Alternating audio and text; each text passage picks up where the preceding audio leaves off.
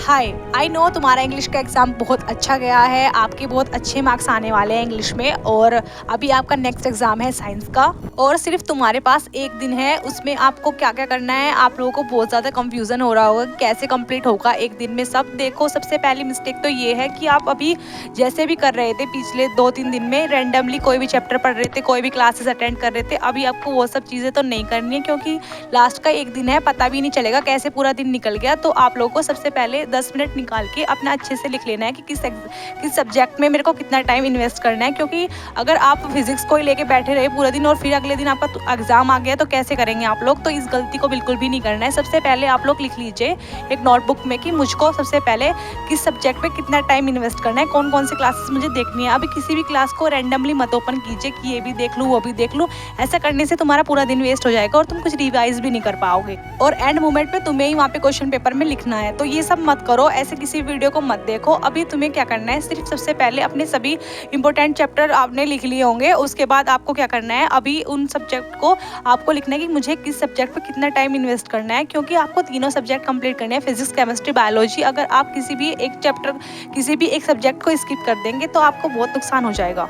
तो सबसे पहले आपको अपना रोड मैप रेडी करना है कि मुझको किस सब्जेक्ट में कितना टाइम इन्वेस्ट करना है, जिससे क्या होगा आपको पता होगा कि कितने टाइम में मुझे क्या क्या चीज़ें कवर करनी है और कौन कौन सी क्लासेस मुझे अटेंड करनी है और किस टाइम कौन से सब्जेक्ट को मुझे प्रायोरिटी देनी है। तो इससे आपको बहुत ज़्यादा बेनिफिट होगा और आपको पता भी रहेगा कि मेरे पास अभी कितना सब्जेक्ट बचे हुए हैं और मेरे पास अभी कितना टाइम है, क्योंकि कल का बस एक ही दिन है, आपके पास इतना टाइम नहीं है। पहले आप जितना पढ़ चुके हैं उस सबको रिवाइज करके आपको अच्छे से अपना पढ़ाई करनी है। अभी किसी भी रैंडम चैप्टर पे किसी भी रैंडम टॉपिक पे मत जंप करो, क्योंकि अभी इतना टाइम तुम्हारे पास है ही नहीं। तुम्हारे पास 1 दिन है, उसमें भी तुम्हें उन सब चीज़ों को रिवाइज करना है, तीनों सब्जेक्ट को अच्छे से रिवाइज करना है। तो आप लोगों को सिर्फ उसी चीज़ पे ध्यान देना है जो आप लोग खुद से प्लानिंग करेंगे, क्योंकि अभी अगर आप किसी भी वीडियो को देख के जाएंगे तो उसका कोई बेनिफिट तुम्हें एग्जाम में नहीं होने वाला, क्योंकि इतनी सारी चीज़ें तुम याद भी नहीं रख पाओगे। बस तुम्हें इंपॉर्टेंट क्वेश्चन करने हैं, उसके बाद इंपॉर्टेंट डायग्राम्स वगैरह कर लेने हैं, इंपॉर्टेंट न्यूमेरिकल्स कर लेने हैं और फिर लास्ट में कुछ एक्टिविटीज़ कर लेनी है और उसके बाद आपको पीवाईक्यू कर लेने हैं। सिर्फ इतना ही रखो और फिर इन सबको समराइज़ करके रिवाइज करो, क्योंकि अगर ज़्यादा चीज़ों में घुसोगे फिर लास्ट में तुम्हारे पास टाइम नहीं बचेगा, क्योंकि तुम्हारे पास सिर्फ 1 दिन है, वो भी कल का। उसके बाद तुम्हारे पास टाइम नहीं रहेगा, उसके बाद तुम्हारा सीधा एग्ज़ाम है।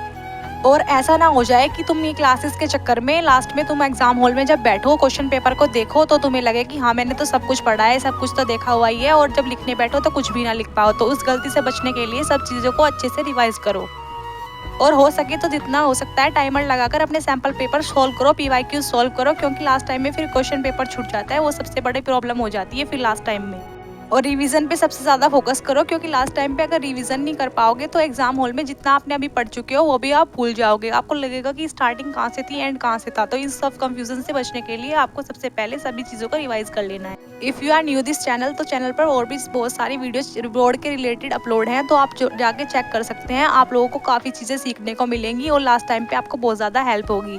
तो अगर आप लोगों को मेरी बात समझ आ गई है तो कमेंट बॉक्स में जाकर बता दीजिए कि यस दीदी आई नो, अभी हमें को क्या करना है। अब आपको जो थोड़ा बहुत कंफ्यूजन किसी चीज़ में होगा तो कोई क्वेरी वगैरह होगी तो आप कमेंट सेक्शन में ड्रॉप कर देना। और भाई तुम्हारे पास सिर्फ कल का ही दिन है, तो जितनी हो सकती है उतनी मेहनत करो और रिवीजन पे फोकस करो, सैम्पल पेपर सॉल्व करो, पीवाईक्यूज करो और इंपॉर्टेंट क्वेश्चंस करो। और डायग्राम की भी प्रैक्टिस करनी है तुम लोगों को, अच्छे से बैठ के रफ शीट निकाल के डायग्राम की प्रैक्टिस करो, क्योंकि आपको डायग्राम फ्री के नंबर देते हैं एग्जाम में।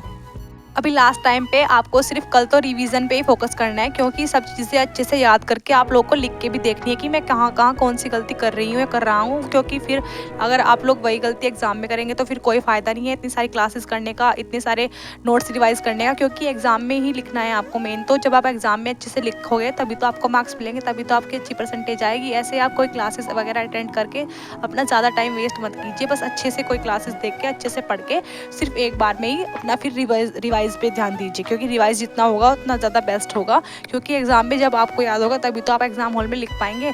तो सबसे ज़्यादा ध्यान अपने रिवीजन पे दीजिए और बाकी तो आप सभी कुछ कर ही चुके होंगे, क्योंकि अभी तो बस कल का दिन है आपके पास। तो ये थी मेरी आज की video. Thanks for watching. If you are new this channel तो सब्सक्राइब करके जाना। Bye bye.